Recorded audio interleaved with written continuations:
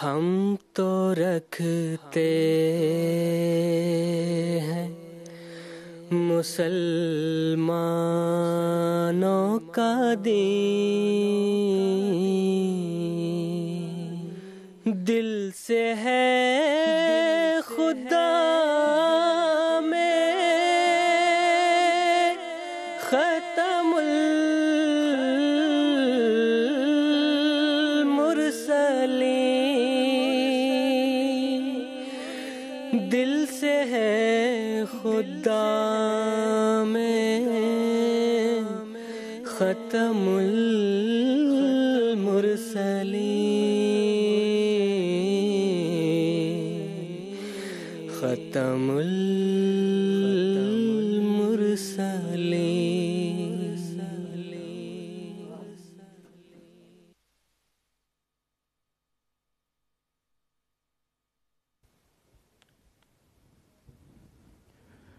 আউযুবিল্লাহি মিনাশ শাইতানির রাজিম। বিসমিল্লাহির রহমানির রহিম।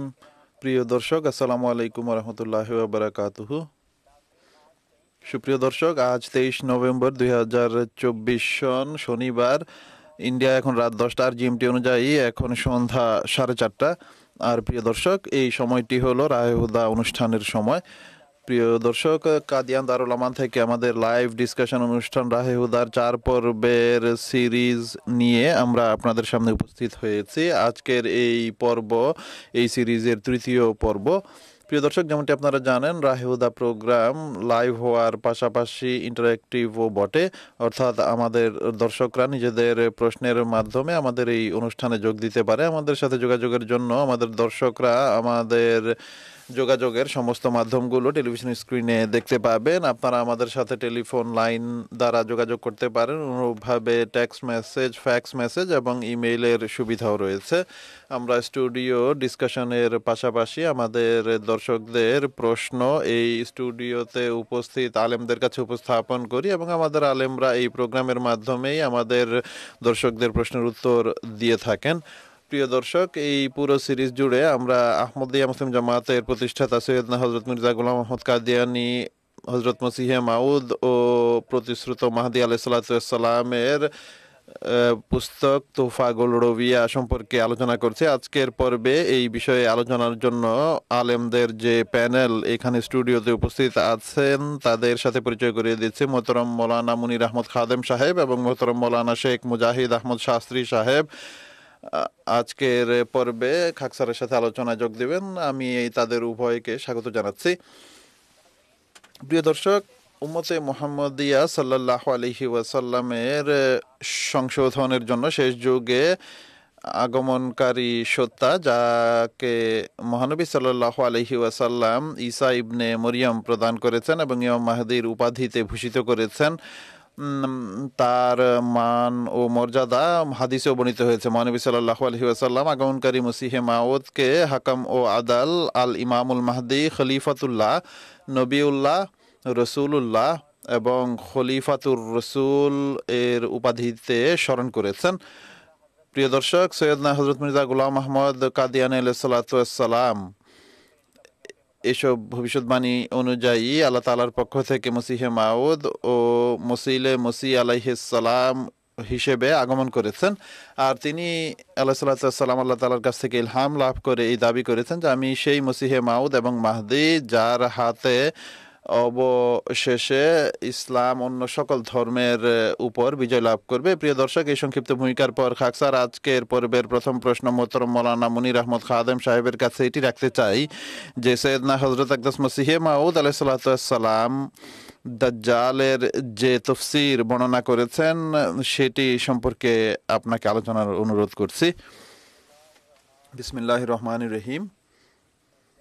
দাজ্জালের যে বিস্তারিত বর্ণনা সৈয়দনা হযরত আকদাস মসিহে মাউদ আলাইহিস সালাতু ওয়াস সালাম বর্ণনা করেছেন তা তোহফায়ে গোলরবিয়া পুস্তক থেকেই হুজুরের ভাষাতেই প্রথমে বলছি, এরপর আরও ব্যাখ্যা প্রদান করার চেষ্টা করবো ইনশাআল্লাহ। হুজুর বলেন যে মসিহুদ দাজ্জাল, যার অনুবাদ খলিফা ইবলিস করা হয়, কেননা দাজ্জাল ইবলিসের নামগুলোরই একটি নাম, যা তার ও উচ্চ নাম, যার অর্থ হলো সত্য গোপনকারী এবং মিথ্যাকে আরো আলোকোজ্জ্বলকারী আর ধ্বংসের পথ উন্মুক্তকারী বা ধ্বংসের পথে হারিয়ে যায় যে ধ্বংসের পথ উন্মুক্তকারী এবং জীবনের পথকে গোপন করে। আর শয়তানের মূল উদ্দেশ্যই এটি, আর এই কারণেই এই নাম হলো তার সর্বোচ্চ নাম। আর এর বিপরীত মসিহুল্লাহ আল হাইয়ুল কাইয়ুম, যার অর্থ হলো জীবন্ত ও চিরঞ্জীব খোদার পক্ষ থেকে প্রেরিত, যার অর্থ হলো আধ্যাত্মিক এবং দৈহিকভাবে জীবিতকারী আর উভয় প্রকার জীবনের স্থায়ী অবলম্বন। আর খোদা তাআলা চাইলেন যে শেষ যুগে তার এই ইসমে আজম এবং শয়তানের ইসমে আজমের মাঝে যেন একটি কুস্তি বা লড়াই হয়। আর এরপর শয়তান যেমনটি তার ইচ্ছা বা বাসনা জাতির উপর নিজের বহিঃপ্রকাশ করেছে এবং ইসলামের উপর আক্রমণ করেছে, এবং ইসলামও এক ব্যক্তির মাঝে নিজের বৈশিষ্ট্য প্রকাশ করেছে এবং তার নাম আহমদ রাখা হয়েছে। তোহফা গোল রবিয়া 69 নম্বর পৃষ্ঠা থেকে নেওয়া হয়েছে এই উদ্ধৃতি। এখন দাজ্জাল হলো শয়তানের ইসমে আজম, আর তার যে সকল গুণাবলী রয়েছে এই যুগে যে বৈশিষ্ট্যের কথা বলা হয়েছে, এক হলো সে অত্যন্ত মিথ্যাবাদী হবে, প্রতারণাকারী হবে। এই ভিত্তিতে তার নাম দাজ্জাল রাখা হয়েছে। একই সাথে তার একটি বৈশিষ্ট্য ইয়াজুজ এবং মাজুজ হিসেবেও বলা হয়েছে। তার একটি বৈশিষ্ট্য বক্র যুগেও হয়। ইয়াজুজ মাজুজের অর্থ হলো দাজ্জাল এমন সব জাতির সাথে সম্পর্ক রাখবে যারা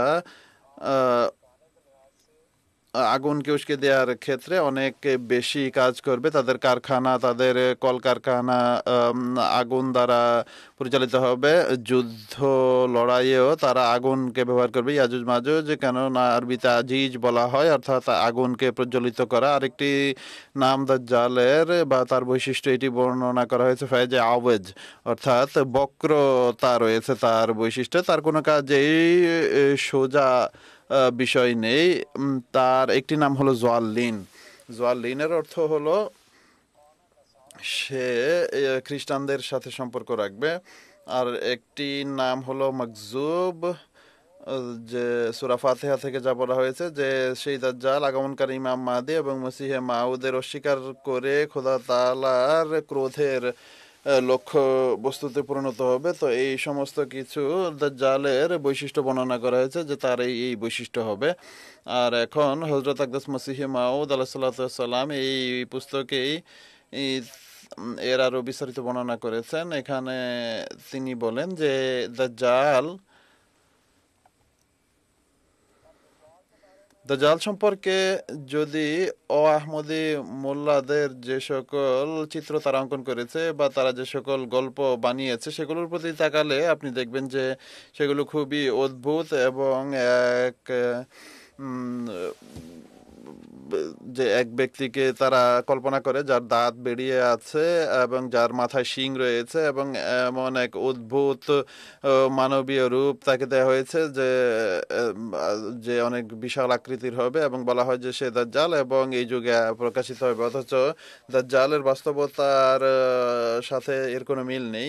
হযরত আকদাস মসিহে মাউদ আলাইহিসসালাম পবিত্র কোরআন এবং হাদিসের আলোকে বা হাদিসে দাজ্জাল সম্পর্কে বলেছেন যে মহানবী সাল্লাল্লাহু আলাইহি ওয়াসাল্লামের ভাষ্য পড়ো। মহানবী সাল্লাল্লাহু আলাইহি ওয়াসাল্লাম বলেছেন যে যদি তোমরা দাজ্জাল সম্পর্কে জানতে চাও যে দাজ্জাল কে, তাহলে তোমরা কোরআন শরীফের যে সূরা কাহাফ রয়েছে সেটি পড়ো, তখন তোমরা জানতে পারবে দাজ্জালকে। সূরা কাহাফের শুরুর আয়াতগুলো যখন আমরা পড়ি সেখানে লেখা আছে আলহামদুলিল্লাহিল্লাযী আনজালা আলা আবদিহিল কিতাবা ওয়া লাম ইয়াজআল লাহু ইওয়াজা কাইয়িমান লিইউনজিরা বাসান শাদীদাম মিন লাদুনহু ওয়া ইউনজিরাল্লাযীনা ক্বালু ইত্তাখাযাল্লাহু ওয়ালাদা মা লাহুম বিহি মিন ইলমিন ওয়ালা লিআবাইহিম কাবুরাত কালিমাতান তাখরুজু মিন আফওয়াহিহিম ইয়াকুলুনা ইল্লা তিনি বলেন যে সমস্ত প্রশংসা সেই সত্তার যিনি তার বান্দাকে কিতাব প্রেরণ করেছেন এবং এতে কোনো বক্রতা সৃষ্টি করেননি এবং দৃঢ়তার সাথে তিনি প্রতিষ্ঠিত। আল্লাহ তাআলা তার এই বান্দাকে কেন প্রেরণ করেছেন? যেন তিনি সতর্ক করেন সেই পরম শাস্তি থেকে, তাদেরকে যেন সতর্ক করেন যারা বলেছে যে আল্লাহ তাআলা এক পুত্র গ্রহণ করেছেন। এখন কারা বলেছে আল্লাহ তাআলা পুত্র গ্রহণ করেছেন? অর্থাৎ এই খ্রিস্টানরা। আল্লাহ তাআলা বলছেন যে মা লাহুম বিহি মিন ইলমিন, তারা এই সম্পর্কে কোনো জ্ঞান রাখে না, এটি শুধু তাদের মুখের কথা, এটি তাদের জ্ঞানের কথা নয়, তারাও জানে না, তাদের পিতামাতারাও জানে না। এরপর বলা হয়েছে কাবুরাত কালিমাতুন তাখরুজু মিন আফওয়াহিহিম, এটি অনেক বড় এক অসন্তুষ্টির কথা আল্লাহ তাআলার কাছে যা তাদের মুখ থেকে বের হয়। তো তারা শুধু মিথ্যা বলছে। ইয়াকুলুনা ইল্লা কাযিবা, মহানবী সাল্লাল্লাহু আলাইহি সাল্লাম বলেছেন যে দাজ্জালকে যদি সন্ধান করতে হয় তাহলে সূরা কাহাফের প্রাথমিক আয়াতগুলো পাঠ করো। মান আদরাকাহু মিনকুম, তোমাদের মধ্য থেকে যে ব্যক্তি তাকে পেতে চায়, তাকে সন্ধান করতে চায়, ফাল ইয়াকরা আলাইহে ফাওয়াতিহা সূরাতুল কাহফে, অর্থাৎ সূরা কাহফের প্রাথমিক আয়াতগুলো যেন সে পড়ে। এখন দেখুন সূরা কাহফের প্রাথমিক আয়াতগুলোতে খ্রিস্টানদের এবং তাদের ভ্রান্ত বিশ্বাস, তৃতীয়বাদের এবং খোদার পুত্র গ্রহণের কথা বলা হয়েছে। অনুরূপভাবে আরেক স্থানে বলেছেন মহানবী সাল্লাল্লাহু আলাইহি ওয়াসাল্লাম যে একটি রাওয়ায়াতে বর্ণিত হয়েছে যে গির্জায় দাজ্জালকে দেখেছেন তিনি, অর্থাৎ দাজ্জালকে কোন কোন সাহাবী গির্জায় বাধা অবস্থায় দেখেছেন। এর অর্থ কি হলো? স্পষ্ট বোঝা যাচ্ছে যে ধর্মীয় দিক থেকে সেই জাতি হলো খ্রিস্টান, আর যে দাজ্জালের রূপ ধারণ করেছে আর অনেক বড় আকৃতির এক ব্যক্তি হবে, তার দাঁত বেরিয়ে থাকবে, তার শিং থাকবে, এগুলো সব ভ্রান্ত কথা এবং ভুল কথা। আরেকটি হাদিস মহানবী সাল্লাল্লাহু আলাইহি ওয়াসাল্লামের রয়েছে যা আমাদের বলে যে দাজ্জাল এক জাতি হবে। অতএব সেই হাদিস হলো अखरोजो फी आखिर ज़माने दज्जालुन, आखिरी ज़माने में दज्जाल निकले, শেষ যুগে দাজ্জালের আবির্ভাব হবে। সেই দাজ্জাল কি করবে? दुनिया बिद्दीन, তারা ধর্মকে জাগতিকতার সাথে মিশ্রিত করবে। তো জমার সিগা ব্যবহার হচ্ছে ইয়াকতালুনা। এরপর বলা হয়েছে ইয়ালবাসুনা লিন্নাসে জুলুদাজ্জানে মিনাদ্দিন, অর্থাৎ ধর্মের দিক থেকে তারা নেকড়ের আকৃতিতে মানুষের সামনে আসবে। আর লেখা আছে যে আলসিনাতুহুম আহলাম মিনাল আসাল, অর্থাৎ তাদের ভাষা মধুর চেয়ে মিষ্টি হবে। এখন তাদের সবার জন্য জমার সিগা ব্যবহৃত হয়েছে, বহুবচন ব্যবহার হয়েছে। এতে বোঝা গেল যে দাজ্জাল হলো এক জাতি, আর সূরা কাহফে বলা হয়েছে তারা হলো খ্রিস্টান জাতি। এখন দীর্ঘ আলোচনা রয়েছে যে দাজ্জাল যখন আসবে, ঈসা ইবনে মরিয়ম বা মসিহে মাউদ তার মোকাবেলা দীর্ঘকাল করা হবে, এমন নয় যে ফু মেরে দাজ্জালকে হারিয়ে দেওয়া হবে। এক হাদিসে বলা হয়েছে যে অন্ধকার যুগের শতাব্দী হবে সেগুলো, আর তখন ঈসা ইবনে মরিয়ম মসিহে মাউদ দাজ্জালের মোকাবেলা এই দীর্ঘ যুগ ধরে করতে থাকবেন। আর সেই মোকাবেলা কিভাবে হবে, লড়াই কিভাবে হবে, মহানবী সাল্লাল্লাহু আলাইহি ওয়াসাল্লাম এটিও বলে দিয়েছেন। হাদিসে বর্ণিত হয়েছে যে আল্লাহ তাআলা বলবেন আগমনকারী মসিহকে যে আমার বান্দাদের তুরের দিকে নিয়ে যাও, অর্থাৎ ওহিয়ে ইলাহির অধীনে নিয়ে যাও। অপর এক স্থানে বর্ণিত হয়েছে যে ঈসা মসিহে মাউদ দোয়া করবেন খোদা তাআলার কাছে। তো মোকাবেলা হবে দোয়ার মাধ্যমে, আর এই যে মোকাবেলা এটি যুক্তির মাধ্যমে হবে, যুক্তি প্রমাণের মাধ্যমে হবে, দোয়ার মাধ্যমে হবে, আর এক দীর্ঘ মোকাবেলা বা লড়াই হবে। আর এরপর দাজ্জালের একটি বৈশিষ্ট্য এটি বর্ণনা করা হয়েছে যে তার সাথে ইয়াজুজ এবং মাজুজ থাকবে, অর্থাৎ এই জাতি আগুনকে কাজে লাগাবে এবং যুদ্ধ বিগ্রহ সৃষ্টি করবে, আর তাদের মাঝে যুদ্ধ হবে, লড়াই হবে। মুসলমানরা সেই যুগে একান্ত দুর্বল অবস্থায় থাকবে। আর হাদিসের শব্দ রয়েছে যে লা ইয়াদান লিআহাদিন লিকিতালিহিম, অর্থাৎ কারো কাছে তাদের সাথে লড়াই করার জন্য দুটি হাত থাকবে না, অর্থাৎ কেউ তাদের সাথে লড়াই করতে সমর্থ হবে না, অনেক শক্তিশালী জাতি হবে তারা। আর এরপর ইয়াজুজ মাজুজের প্রেক্ষিতে বলা হয়েছে ইকতিতালো ফিয়াতাইন আজিমাতাইন, অর্থাৎ ইয়াজুজ মাজুজ কি দুটি বড় গ্রুপের পরস্পরের সাথে মোকাবেলা বা লড়াই হবে, তারা যুদ্ধ করবে এবং মসিহে মাউদ দোয়ার মাধ্যমে দাজ্জাল এবং ইয়াজুজ মাজুজ এর মোকাবেলা করবেন, কুরআনী প্রমাণ যুক্তি প্রমাণ উপস্থাপন করে তাই সেই মোকাবেলা তার সাথে হবে। আরেকটি কথা শেষে আমি এটি বলতে চাই, দাজ্জালের প্রেক্ষিতে এটিও বলা হয়েছে যে দাজ্জালের একটি গাধা থাকবে, আর সে দাজ্জালের গাধার বহু গুণাবলী বর্ণিত হয়েছে বা বৈশিষ্ট্য বলা হয়েছে। উদাহরণস্বরূপ বলা হয়েছে সেটি কানা হবে, অর্থাৎ তার জাগতিক দৃষ্টি অনেক প্রখর হবে কিন্তু ধর্মীয় চক্ষু কানা হবে বা দৃষ্টিহীন হবে। এবং দাজ্জালের গাধার কপালে কাফের লেখা থাকবে। প্রত্যেক শিক্ষিত অশিক্ষিত ব্যক্তি সেটি পড়তে পারবে, অর্থাৎ তার বিশ্বাস এমন হবে যা সম্পর্কে সবাই বুঝতে পারবে যে এটি ভ্রান্ত বিশ্বাস। এরপর বলা হয়েছে রুটির পাহাড় নিয়ে সেসব জাতির জন্য যারা দাজ্জালকে মারতে আসবে তাদের জন্য নিয়ে যাবে, আর দাজ্জালের গাধার পেটে মানুষ বা বসবে, সিট থাকবে বসার জন্য। তো এটি পুরো চিত্র অঙ্কন করা হয়েছে যা বর্তমান যুগে রেলগাড়ির সাথে সামঞ্জস্য রাখে। আর দাজ্জালের গাধা পানিতেও চলবে, বড় বড় জাহাজও দাজ্জালের গাধার সাথে সাদৃশ্য রাখে। আর এটি বলা হয়েছে যে সেটি আকাশে উড়বে, আকাশে তীরের পর তীর নিক্ষেপ করবে। তো এটি একটি চিহ্ন যে এই যে লোকেরা যারা খ্রিস্টান তাদের একটি রাজনৈতিক যে দৃশ্য রয়েছে, তাদের এই যে উদ্ভাবনী শক্তি রয়েছে যা বর্তমান যুগে দেখা যাচ্ছে যাতে দাজ্জালের কার্যক্রম চলছে, এরা সব দাজ্জালের গাধার যে বৈশিষ্ট্য রয়েছে রাসূল পাক সাল্লাল্লাহু আলাইহি ওয়াসাল্লাম যা বলে গিয়েছেন ভবিষ্যৎবাণী আকারে তাই ভাবে পূর্ণ হচ্ছে। আর দাজ্জাল প্রকাশিত হয়েছে, আর এখন যখন দাজ্জাল প্রকাশিত হয়েছে তখন সেই ইমাম মাহদী এবং মসিহ মাউদেরও সন্ধান করা উচিত যে তিনি কোথায়।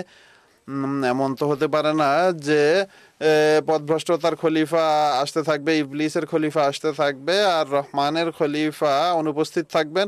এটি তো খোদার সুন্নত বিরোধী, রীতি বিরোধী। তাই এটি মূল বিষয়। আর শেষ কথাও এটি যে এখন আমরা পুরো পৃথিবীর হেদায়েতের যারা সন্ধানে আছি তাদের পৃথিবীবাসীর সামনে আমরা অনুরোধ করছি যে দাজ্জালের লক্ষণ যেহেতু প্রকাশ পেয়ে গেছে তাই আমাদের সন্ধান করা উচিত যে সেই ইমাম মাহদী কোথায়, তারও থাকা উচিত ছিল। কেননা আল্লাহ তাআলার প্রতিশ্রুতি হলো সেই যুগে ইমাম মাহদী আসবেন। আল্লাহ তাআলা তৌফিক দিন তাদেরকে এটি বোঝার। জাযাকুমুল্লাহ আহসানুল জাযা। প্রিয় দর্শক, আমাদের এই প্রোগ্রামে একজন টেলিফোন কলার যুক্ত হয়েছেন বাংলাদেশ থেকে, মোকাররম আরিফুজ্জামান সাহেব এখন আমাদের সাথে টেলিফোন লাইনে আছেন। আমরা তার প্রশ্ন শুনে নিচ্ছি। আসসালামু আলাইকুম ওয়া রাহমাতুল্লাহি ওয়া বারাকাতুহু আরিফুজ্জামান সাহেব। ওয়া আলাইকুম আসসালাম ওয়া রাহমাতুল্লাহি ওয়া বারাকাতুহু। জি আরিফ সাহেব, আমরা আপনার কথা শুনতে পাচ্ছি, আপনি আপনার প্রশ্ন করতে পারেন। জি, আমার প্রশ্ন হলো বয়াত সম্পর্কে। বয়াতের শাব্দিক অর্থ কি, এর গুরুত্ব কি, আর ইসলামের ইতিহাসে এই ধারাবাহিকতা কখন আরম্ভ হয়েছে এর পটভূমি বলার অনুরোধ করছি। জাযাকুমুল্লাহ। অনেক ধন্যবাদ আপনাকে। আমি মোহতরম মৌলানা শেখ মুজাহিদ আহমদ শাস্ত্রী সাহেবের কাছে অনুরোধ করছি এই প্রশ্নের উত্তর দেওয়ার জন্য। জাযাকুমুল্লাহ আহসানুল জাযা। আরিফ সাহেব, বয়াতের শাব্দিক অর্থ কি, এর পটভূমি কি, আর ইসলামের ইতিহাসে এর গুরুত্ব কি, এই প্রশ্ন তিনি করেছেন। বয়াত আসলে আরবি ভাষার শব্দ যা বায়উন শব্দ থেকে নির্গত হয়েছে, যার অর্থ হলো বিক্রি করে দেয়া।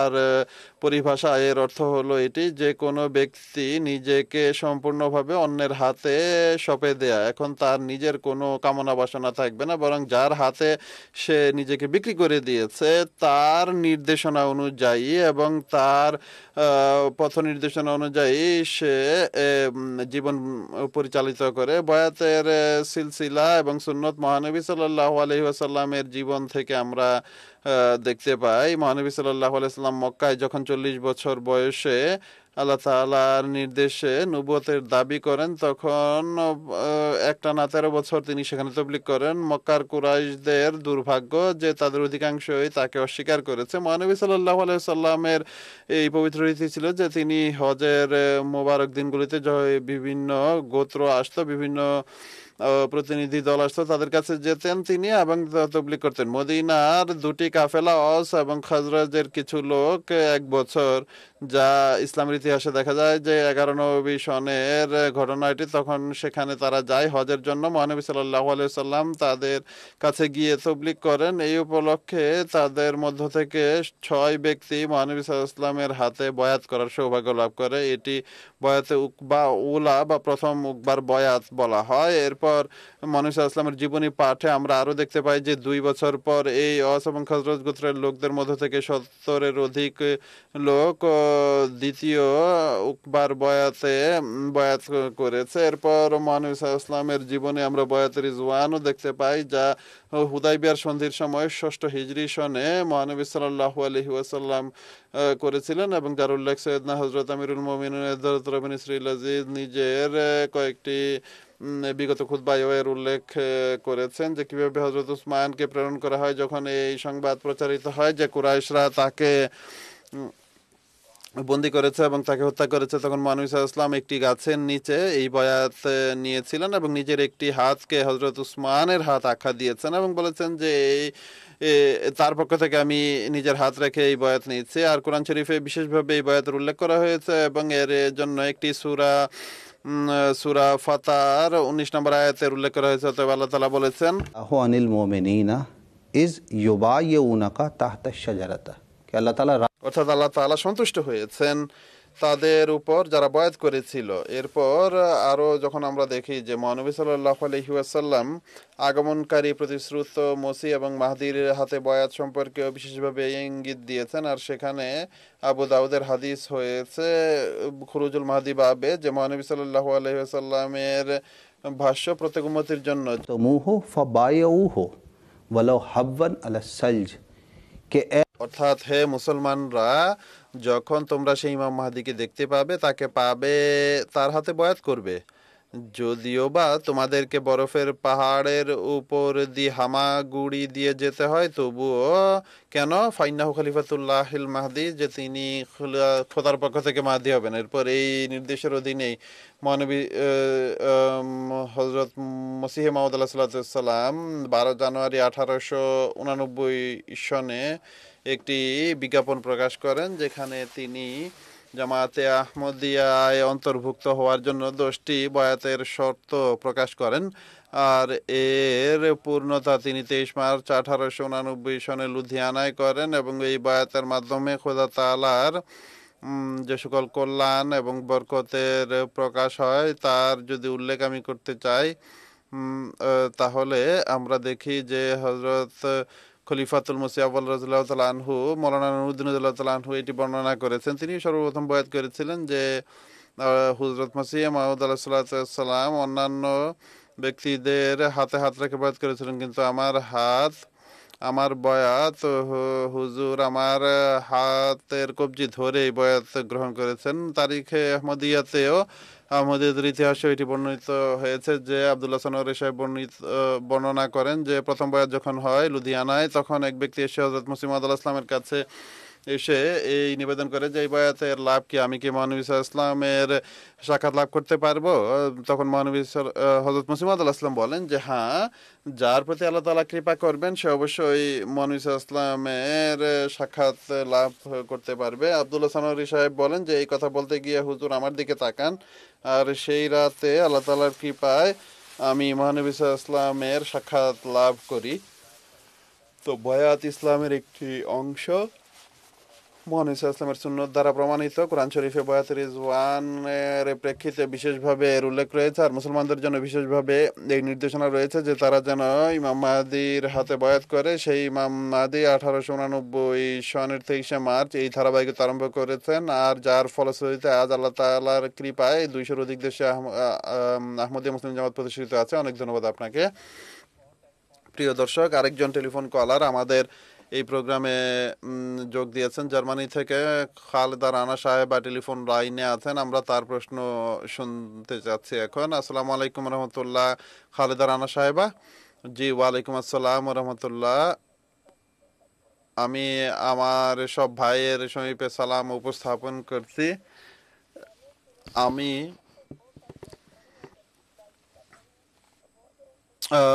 আমাদের এখানে অনেক দায়ী আল্লাহ বোন রয়েছেন, তো তারা বলেন যে হজরত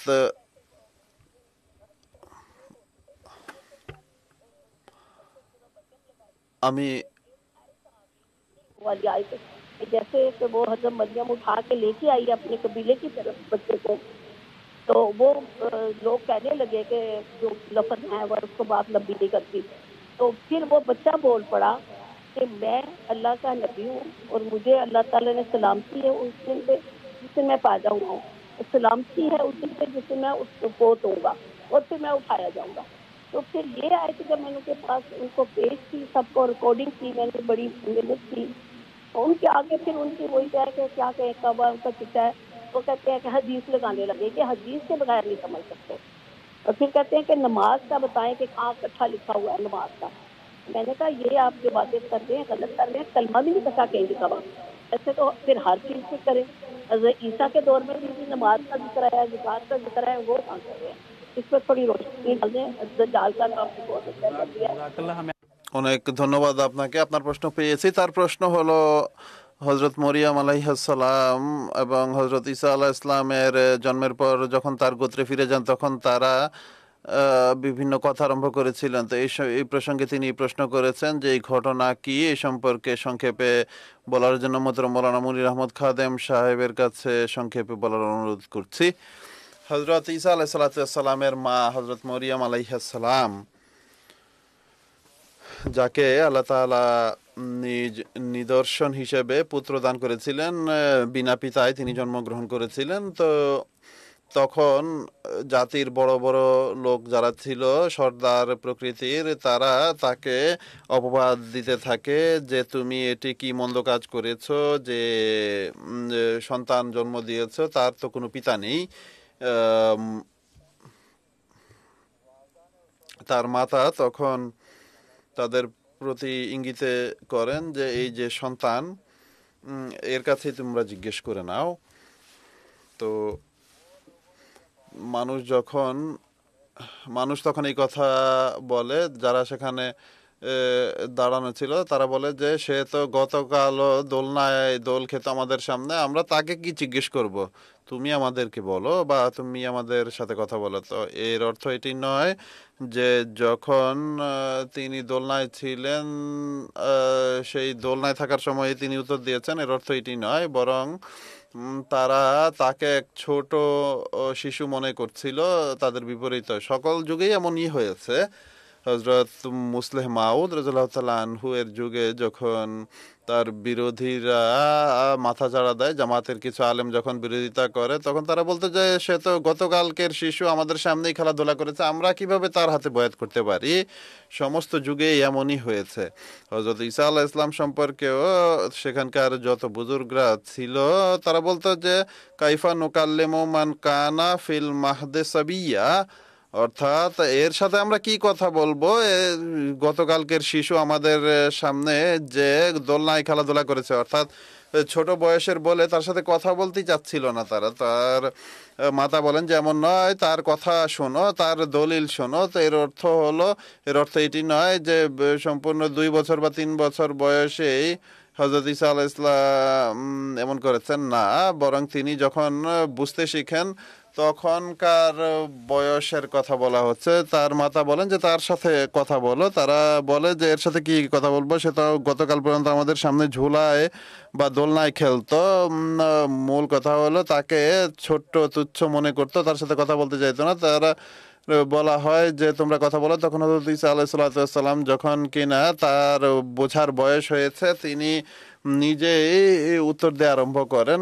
তিনি বলেন যে আমি আল্লাহর বান্দা, তিনি আমাকে কিতাব দান করেছেন। আর এরপর হযরত ঈসা আলাইহিস সালামের বক্তৃতা সূরা মরিয়ম যদি পাঠ করেন, সেখানে বলা হয়েছে যে আল্লাহ তাআলা আমাকে বরকত দান করেছেন, আমাকে নামাজের এবং যাকাতের তাকিদপূর্ণ নির্দেশনা দিয়েছেন। তো এই সমস্ত কথা যখন তারা শুনে তখন তার আশ্চর্য হয় যে তারা ভাবতো যে তিনি একজন ছোট শিশু, কিন্তু মোল্লারা এই গল্প বানিয়েছে, বিভিন্ন হাস ঠাট্টার কথা বলেছে যে দোলনায় খেলা অবস্থাতে আল্লাহ তাআলা তাকে কথা বলার শক্তি দান করেছেন। যখন বাচ্চা দোলনায় খেলে তখন তো সে কথা বলতে পারে না, তারা ভাবে যে আল্লাহ তাআলা মুজিজা স্বরূপ তাকে কথা বলিয়েছেন। তো কোরআন শরীফে নবীদের সম্পর্কেও একটি মৌলিক বিষয় পবিত্র কোরআনে বর্ণনা করা হয়েছে, যা মহানবী সাল্লাল্লাহু আলাইহি ওয়াসাল্লামের দিক থেকে তিনি বলেছেন ইন্নামা আনা বাশারুম মিসলুকুম, যে আমি তোমাদের মতোই এক মানুষ। এখন আমাদের নেই যদি মানুষ হয়ে থাকেন, তাহলে আমরা খাদ্য পানীয়, কথা বলা, চিন্তাধারার ক্ষেত্রে, জীবন অতিবাহিত করার ক্ষেত্রে একটি নমুনা থাকে, কিন্তু মানুষের যত নির্দেশনা এবং কাজ রয়েছে সেগুলো তাদের সাথে হয়ে থাকে। নিঃসন্দেহে অনেক উন্নতভাবে সৃষ্টি হয়। তো মূল কথা হলো, এমন নয় যে তিনি 2 বছর বয়সে কথা বলা আরম্ভ করেছিলেন, বরং তার মাতা যখন বলেন যে তাদের সাথে কথা বলো, যে হযরত মরিয়ম এই কথা বলেছেন, তখন তিনি বলেন যে কাইফা নুকাল্লিমু কানা ফিল মাহদি সাবিয়্যা, যে আমরা তার সাথে কিভাবে কথা বলবো যে গতকাল পর্যন্ত আমাদের সামনে দোলনায় খেলাধুলা করেছে। তো তখন হযরত ঈসা আলাইহিস সালাম কথাও বলেছেন। আর এটি একটি বাস্তব কথা যে খোদার নবীরা অনেক মেধাবী হয়ে থাকেন, খুবই দূরদৃষ্টি তাদেরকে আল্লাহ তাআলা দান করে এরপর তাদের প্রেরণ করেন। এমনিতে তাদেরকে নির্বাচন করেন না, পূর্বেই তারা গ্রহণের জন্য প্রস্তুত থাকে। তো সকল যুগেই এই অবস্থা, শুধু ঈসা আলাইহিস সালামের কথা নয়, বরং মহানবী সাল্লাল্লাহু আলাইহি ওয়াসাল্লামের ক্ষেত্রে সবচেয়ে বেশি এই বিষয়টি প্রমাণিত হয় যে তিনি কিভাবে ছোট বয়সেই সেই যুগের যত সর্দার ছিল, যারা 80 বছর 70 বছর পর্যন্ত চলে যেত, তার সাথে কথা বলার জন্য অনেক ধন্যবাদ। এমনকি তারা অনেকেই প্রভাবিত হতো, খুবই দলিলপূর্ণ যুক্তি তাদের সামনে উপস্থাপন করা হতো। হযরত আবু তালেবের কথা বলা হয়েছে যে আবু তালেবের বক্তৃতা যখন তারা শুনতো তখন তারা খুবই আশ্চর্য হতো, আর অবশেষে বলে যে ঠিক আছে, তুমি তোমার কাজ করতে থাকো, আমি তোমার সাথে আছি, যতদূর আমার সুযোগ আছে আমি অবশ্যই তোমার সঙ্গ দিব। মহানবী সাল্লাল্লাহু আলাইহি ওয়াসাল্লাম বুজুর্গদের সামনে, সেই যুগের বুজুর্গদের সামনে বক্তৃতা করেন। বলা হয় যে আল্লাহ তাআলা আমাকে কাশফের মাধ্যমে এই সমস্ত কিছু জানিয়েছেন যে মহানবী সাল্লাল্লাহু আলাইহি ওয়াসাল্লাম তখন জাতির সামনে কি বক্তৃতা করেছিলেন। রিজালা হামে সেই পুরো বক্তৃতা লেখা আছে। তো খোদা তাআলার যত নবীরা আসেন তাদের ক্ষেত্রে এটাই ঘটে যে তারা ছোট বয়সে, যখন কিনা অন্যরা অনেক বড় বয়সে গিয়ে কথা বলে, তারা ছোট বয়সে এমন কথা বলতে পারে যা মানুষের মেধা এবং মস্তিষ্ক আশ্চর্য হয়, যাতে আর খোদা তাআলা তাকে সৃষ্টির জন্য করেছেন, আর এই কারণেই তারা মানুষের সামনেও এমন হেদায়েতের কথা বলে। অনেক ধন্যবাদ আপনাকে। প্রোগ্রামের পরবর্তী প্রশ্ন শেখ মুজাহিদ আহমদ শাস্ত্রী সাহেবের কাছে রাখতে চাই যে ওয়াকারিনা মিনহুম লাম্মা ইয়ালহাকু বিহিম এর অর্থ কি, এর কিছুটা তাফসীর বর্ণনা করবেন। জাযাকুমুল্লাহ আহসানাল জাযা। প্রিয় দর্শক, পবিত্র কোরআন আল্লাহ তাআলা পবিত্র কোরআনের যে বৈশিষ্ট্যগত নাম বলেছেন তার মাঝে একটি নাম হলো, এটি হলো ফুরকান। আর এটি নিজ কথা খোলাখুলি জগতের সামনে উপস্থাপন করে। অতএব পবিত্র কোরআনে যে কথাই পৃথিবীর সামনে উপস্থাপন করা হয়েছে তা এক স্থানে নয়, বরং বহু স্থানে ব্যবহৃত হয়েছে বা বলা হয়েছে যেন কথা স্পষ্ট হয়। আর এই সংক্ষিপ্ত ভূমিকার পর মূল প্রশ্নের দিকে আসছি। যখন আমরা পবিত্র কোরআনের অধ্যয়ন করি তখন আমরা দেখি যে মহানবী সাল্লাল্লাহু আলাইহি ওয়াসাল্লাম এই কিতাব এই পৃথিবীতে নিয়ে এসেছেন। এটি স্থায়ী শরীয়ত গ্রন্থ এবং কিয়ামত পর্যন্ত থাকবে। এই কারণে আল্লাহ তাআলা হযরত মুহাম্মদ সাল্লাল্লাহু আলাইহি ওয়াসাল্লামের দুটি বিষয়ে দুটি আগমনের কথা বলেছেন। একটি হলো তখন যখন শরীয়ত অবতীর্ণ হয়েছে, কিন্তু এখন এই শরীয়ত যেহেতু কিয়ামত পর্যন্ত বলবৎ থাকবে, তাই আল্লাহ তাআলা এই শরীয়তে যখন ভ্রান্তি দেখা দেবে, যার মাঝে ত্রুটি দেখা দিবে, তা দূর করার জন্য মহানবী সাল্লাল্লাহু আলাইহি ওয়াসাল্লামের আরেকটি আগমনের উল্লেখ করেছেন। অতএব সূরা শুআরার 8 নম্বর আয়াত আল্লাহ তাআলা বলেছেন, যালিকা আওহায়না ইলাইকা কুরআনান আরাবিয়্যান লিতুনজিরা উম্মুল কুরা ওয়া মান হাওলাহা ওয়া তুনজিরা यौमल जमए ला रैब फीह। यानी आपको बयान किया और मक्का और মক্কা এবং এর চতুর্পাশ্বের এলাকা এবং সারা পৃথিবীর জন্য সতর্ককারী তিনি। আর তিনি তখনও সতর্ককারী হবেন যখন সারা পৃথিবী একটা গ্লোবাল ভিলেজে পরিণত হবে। অতুনজারা ইয়ামাল জামে লা রাইবা ফিহে, সে যুগে যখন পৃথিবী এবং বিভিন্ন জাতি একাকার হয়ে যাবে, যোগাযোগের নতুন মাধ্যম সামনে আসবে, পৃথিবী বিশ্বপল্লীতে রূপ নেবে, তখনও তিনি তাদের জন্য সতর্ককারী হবেন। এই কথা কোরআন শরীফ সূরা জুমায় আবার বর্ণনা করেছে যে তিনি কিভাবে সতর্ককারী হবেন, কি কাজ করবেন, তখন অবস্থা কেমন হবে। এই যে সূরা শুআরাতে যে কম্প্রিহেন্সিভ কথা ছিল, প্রথম দিকে মক্কা এবং তার পার্শ্ববর্তী এলাকার জন্য এসেছেন। এরপরে ইয়ামুল জামার ব্যাখ্যা পরে দেখা যায় সূরা জুমার 2 থেকে 5 নম্বর আয়াতে আল্লাহ তাআলা বলছেন, হুয়াল্লাযী বাআসা ফিল উম্মিয়্যিনা রাসূলাম মিনহুম ইয়াতলু আলাইহিম আয়াতিহি ওয়া ইউযাক্কিহিম ওয়া ইউআল্লিমুহুমুল কিতাবা ওয়াল হিকমা ওয়া ইন কানু মিন ক্বাবলু লাফি দালালিম মুবিন। এতে মহানবী সাল্লাল্লাহু আলাইহি ওয়াসাল্লামের প্রথম আগমনের দিকে শুরুতে ইঙ্গিত করা হয়েছে, বা সাফিল উম্মিয়িন, প্রথমে নিরক্ষরদের মাঝে তাকে রসুল হিসেবে পাঠানো হয়েছে। আর কাজ কি ছিল? ইয়াতলু আলাইহিম আয়াতিহি, তিনি আয়াতের তেলাওয়াত করেন, ইউযাক্কিহিম, তাদের পবিত্র করেন, তাদেরকে কিতাব এবং প্রজ্ঞা শিক্ষা দেন। পূর্ববর্তী অবস্থা কেমন ছিল? তাদের পূর্ববর্তী অবস্থা ছিল মিন ক্বাবলু লাফি দালালিম মুবিন, তারা ভ্রষ্টতার মাঝে ছিল। নবীর আগমনের পূর্বের অবস্থা এবং নবীর আসার পরের অবস্থা কি কাজ করেছেন, 4টি কাজের উল্লেখ করা হয়েছে।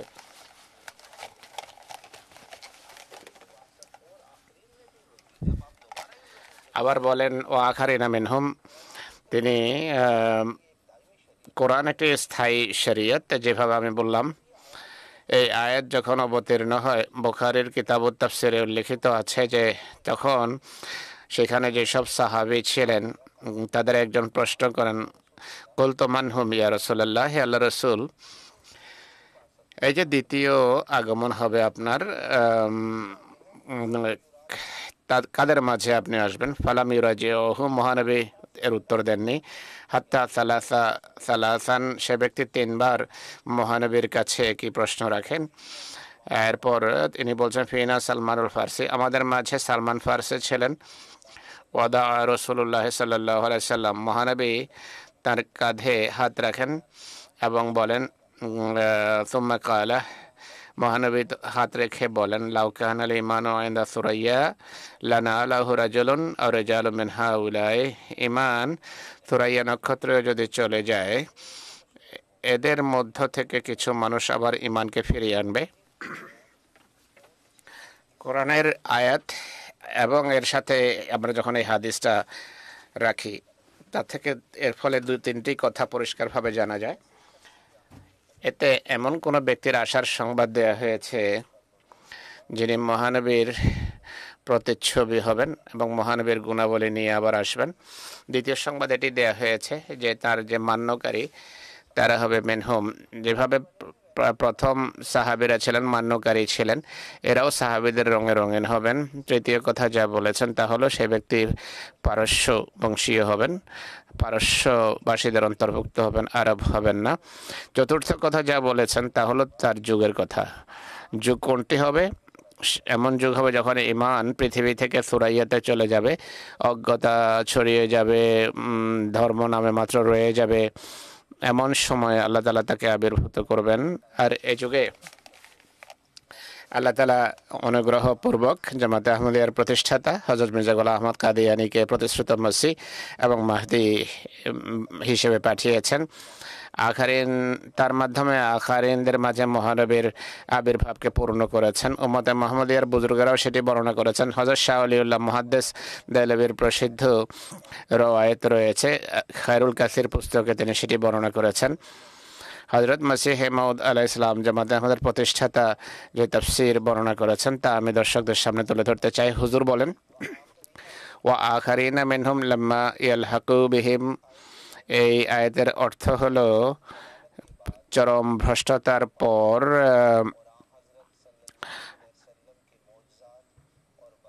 মহানবীর নিদর্শনাবলী যারা দেখবে বা প্রজ্ঞা লাভ করবে তাদের দল শুধু দুটোই হবে।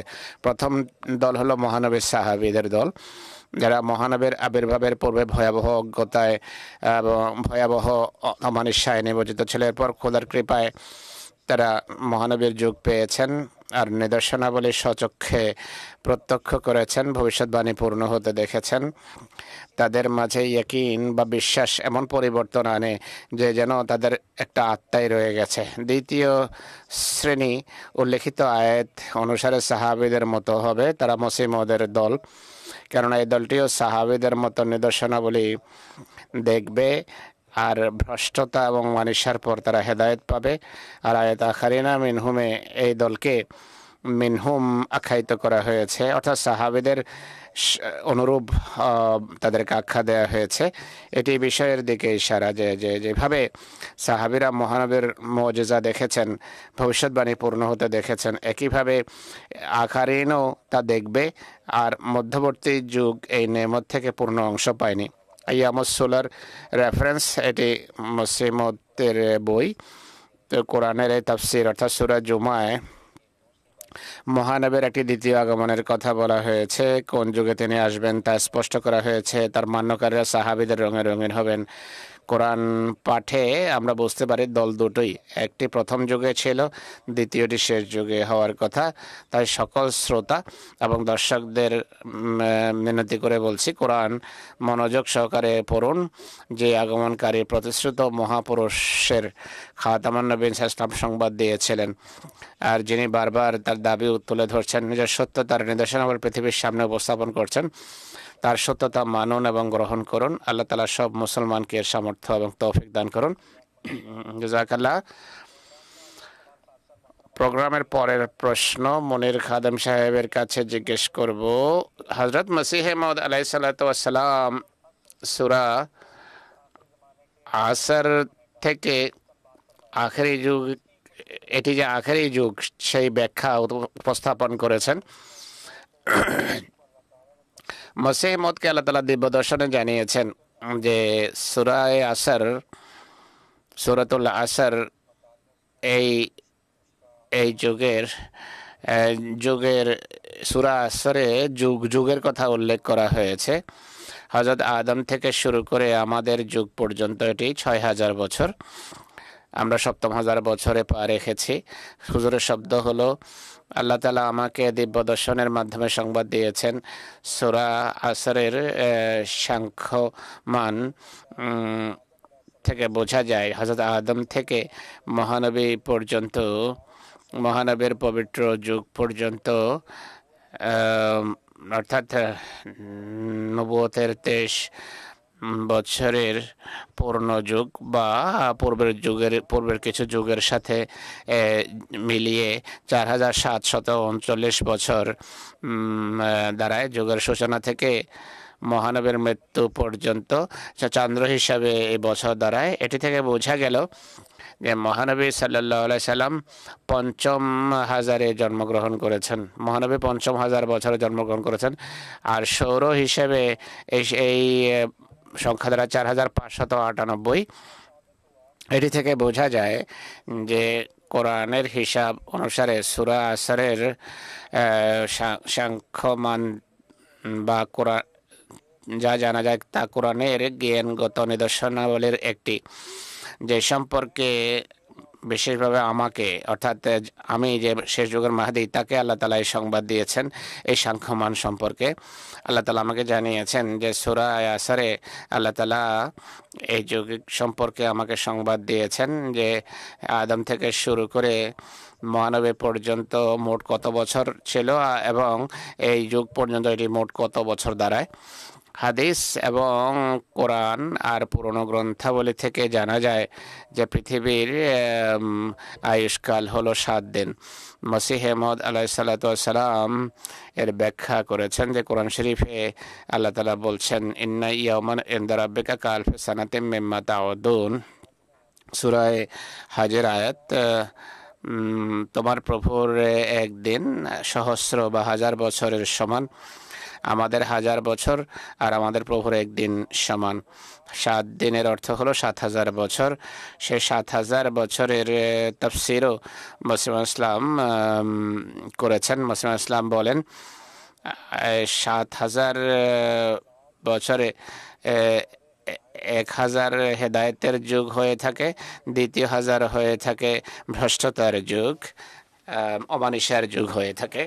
তিনি বলছেন যে প্রথম 1000 বছরে হযরত আদম আলাইহিস সালাম ছিলেন এবং তার যুগের নবীরা ছিলেন, আর দ্বিতীয় 1000 বছর ছিল ভ্রষ্টতার এবং অমানিসার বছর। তৃতীয় 1000 বছরে হযরত মূসা এসেছেন এবং তার যুগের নবীরা এসেছেন, তারা হেদায়েত নিয়ে এসেছেন, বিভিন্ন ঐশী গ্রন্থ নিয়ে এসেছেন, ঐশী হেদায়েত পৃথিবীতে বিস্তার লাভ করেছে। পঞ্চম 1000 বছর ছিল ভ্রষ্টতার বছর। পঞ্চম 1000 বছরে আমাদের নবী সাল্লাল্লাহু আলাইহি ইসলামের আবির্ভাব ঘটেছে। পৃথিবীতে হেদায়েতের আলো তিনি বিস্তৃত করেছেন, হেদায়েত পূর্ণতা লাভ করেছে। ষষ্ঠ 1000 বছর ছিল আবার ভ্রষ্টতার 1000। মহানবীর আবির্ভাবের 300 বছর পর এই যুগের সূচনা হয়েছে। সপ্তম 1000 বছর আবার হেদায়েতের বছর। মুসলিম ইসলাম বলছেন যে পঞ্চম 1000 ছিল হেদায়েতের 1000, মহানবীর যুগ ছিল। সপ্তম 1000 সেটিও মহানবীরই হেদায়েতের যুগ। মহানবী সাল্লাল্লাহু আলাইহি সাল্লামকে আল্লাহ তাআলা হেদায়েতের জন্য 2000 বছর দান করেছেন। প্রথম 1000-এ তিনি নিজে এসেছেন, তার প্রথম আগমন ছিল সেটি। তার সপ্তম 1000 বছর ষষ্ঠ 1000-এর সমাপ্তিতে সূচনা হয়। এতে পুনরায় মহানবীর শুভাগমন ঘটে, কিন্তু তা ঘটেছে তার বুরুজের মাধ্যমে। এর বিস্তারিত বিবরণ মুজাহিদ সাহেব আপনাদের সামনে বিশদভাবে তুলে ধরেছেন। প্রথম পঞ্চম 1000-এ মহানবী যখন এসেছেন তখন হেদায়েতকে সম্পূর্ণ করেছেন, হেদায়েত পূর্ণ করেছেন। মসিহ মওউদ বলেন যে সেটি হেদায়েতের পূর্ণতার 1000 ছিল। সপ্তম 1000 যার সূচনা হয়েছে সপ্তম 1000 ষষ্ঠ 1000-এর সমাপ্তিতে, এটি হেদায়েতের প্রচারের পূর্ণতার যুগ। এই যুগে মহানবীর আনিত হেদায়েতের প্রচারের পূর্ণতার যুগ। তার শরীয়ত, তার কোরআন যা পঞ্চম 1000 অবতীর্ণ হয়েছিল, এই যুগে সেটির প্রচারের কাজ পূর্ণতা লাভ করার ছিল। এতে রহস্য হলো মহানবীর প্রথম আগমনে, প্রথমবার যখন তিনি আসেন, তখন এই ধরনের উপকরণ ছিল না যে সারা পৃথিবীতে সত্য প্রচার করা যেত। এমন উপকরণ সৃষ্টি হয়নি যার ফলে সফর সহজ হতে পারত বা যোগাযোগ সহজ হতে পারত। সব জায়গায় তখন মানুষের জন্য যাওয়া সম্ভব ছিল না। আজকে আমরা ছাপাখানার মাধ্যমে যা করতে পারি, সেই যুগে সেটি সম্ভব ছিল না। সপ্তম 1000 বছরে মহানবীর প্রতিচ্ছবি প্রতিবিম্বের যুগে এইসব সুযোগ সুবিধা সৃষ্টি হয়েছে। আর কোরআন শরীফে এইসব সুযোগ সুবিধার কথা আল্লাহ তাআলা কিয়ামতের লক্ষণ হিসাবে সেগুলো উল্লেখ করেছেন। সেগুলোর একটি হলো ওয়াইদাল আইশার উত্তালাত, উট বেকার হয়ে যাবে, দ্রুত গতি সম্পন্ন বাহন আবিষ্কৃত হবে, যোগাযোগের বিভিন্ন মাধ্যম সামনে আসবে। এই ধরনের যে বিষয়াদি, ডাক ব্যবস্থা, ছাপাখানা, এই সপ্তম 1000 বছরে আল্লাহ তাআলা সৃষ্টি করেছেন। আর হেদায়েতের প্রচারের সম্পূর্ণতার জন্য এমনটি হয়েছে। মসিহ মউদের যুগে হেদায়েতের প্রচারের কাজটি এখন পূর্ণতা লাভ করেছে। 100 বছরে জামাতে আহমদিয়া এবং জামাতের খলিফাদের মাধ্যমে কোরআনের প্রচারের কাজ পূর্ণতা লাভ করছে। প্রেসের মাধ্যমে, যোগাযোগের মাধ্যমে, স্যাটেলাইটের মাধ্যমে, মোবাল্লিগদের মাধ্যমে পৃথিবীতে ইসলাম এবং কোরআনের প্রচার চলছে। এটি একটি দীর্ঘ এক বিষয়, এর জন্য পৃথক সময়ের প্রয়োজন। সারাংশ আমি আপনাদের সামনে তুলে ধরলাম আমার আলোচনায়। জাযাকাল্লাহ। প্রোগ্রামের পরের প্রশ্ন শেখ মুজাহিদ শাস্ত্রী সাহেবকে জিজ্ঞেস করতে চাচ্ছি। হযরত মসিহ মউদ আলাইহিস সালাতু ওয়াস সালাম বলেছেন, মুহাম্মদ সাল্লাল্লাহু আলাইহি ওয়াসাল্লামের একটি আবির্ভাব হবে জালালি রূপে, দ্বিতীয়টি আহমদি রূপে অর্থাৎ জামালি রূপে আবির্ভাব হবে। এর কিছুটা বিস্তারিত বিবরণ তুলে ধরুন। জাযাকাল্লাহ। বিস্তারিত আলোচনায় যাওয়ার পূর্বে আমি এটি বলতে চাই, জামাতে আহমদিয়ার প্রতিষ্ঠাতা হযরত মসিহ মউদ আলাইহিস সালাতু ওয়াস সালামের দাবি হলো আল্লাহ তাআলা আমাকে যুগের প্রতিশ্রুত মসিহ এবং মাহদি হিসেবে পাঠিয়েছেন। মাহদি শব্দের অর্থ হলো হেদায়েত প্রাপ্ত আল্লাহর পক্ষ থেকে, অর্থাৎ পৃথিবীর সামনে যে জ্ঞান ভান্ডার তুলে ধরেছেন তা তিনি আল্লাহর কাছে শিখেছেন। সেই জ্ঞান ভান্ডারের এটি একটি যেই সত্য তত্ত্ব তিনি তুলে ধরেছেন সেগুলোর একটি হলো মহানবীর একটি আবির্ভাব হলো মোহাম্মদী আবির্ভাব, যেটি জালালি রূপে হবে। দ্বিতীয় আবির্ভাব হবে আহমদী অর্থাৎ জামালি রূপে। এই কথা আরও খোলাসা করে বর্ণনা করতে হবে যেন মানুষ বুঝতে পারে। ইসলাম একটি চিরস্থায়ী ধর্ম। মহানবী যে শরীয়ত নিয়ে এসেছেন তা কিয়ামত পর্যন্ত সকল যুগের জন্য। এটি বিশ্ব শরীয়ত, এরপর নতুন কোনো শরীয়ত আসবে না। সূরা মায়েদায় আল্লাহ তাআলা স্পষ্টভাবে বলে দিয়েছেন, আল ইয়াউমা আকমালতু লাকুম দীনাকুম ওয়া আতমামতু আলাইকুম নি'মাতি। আজকে নেয়ামত পূর্ণতা লাভ করেছে। এরপর হুজুর সাল্লাল্লাহু আলাইহি ওয়াসাল্লাম সম্পর্কে কোরআনের অন্যত্র আছে, কুল ইয়া আইয়ুহান নাসু ইন্নী রাসূলুল্লাহি আলাইকুম জামিয়া। হে মানব জাতি, 1400 বছর পূর্বেও আরবের জন্য এবং ভৌগোলিক দৃষ্টিকোণ থেকে সব মানুষ, সকল অঞ্চলের লোক, সকল যুগের লোক এতে সম্বোধিত। মহানবী সাল্লাল্লাহু আলাইহি ওয়াসাল্লাম সবার প্রতি নবী হিসাবে এসেছেন। তাকে স্থায়ী শরীয়ত দেয়া হয়েছে।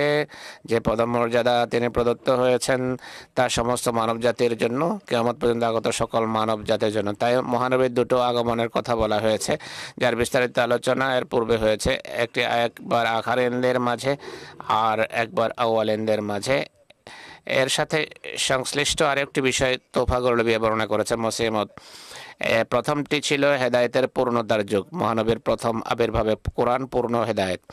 দ্বিতীয় যুগ হলো তাকমিলে সাথে হেদায়েত, হেদায়েতের পূর্ণতা, প্রচারের পূর্ণতার যুগ। সেই যুগে যেহেতু প্রসারের সুযোগ সুবিধা ছিল না, মহানবী মসিহ মউদ আরেকটা নতুন বিষয় বর্ণনা করেছেন। তা হলো মহানবীর দুটো নাম ছিল, একটা নাম ছিল মোহাম্মদ, তার একটা দ্বিতীয় নাম সেটি হলো আহমদ।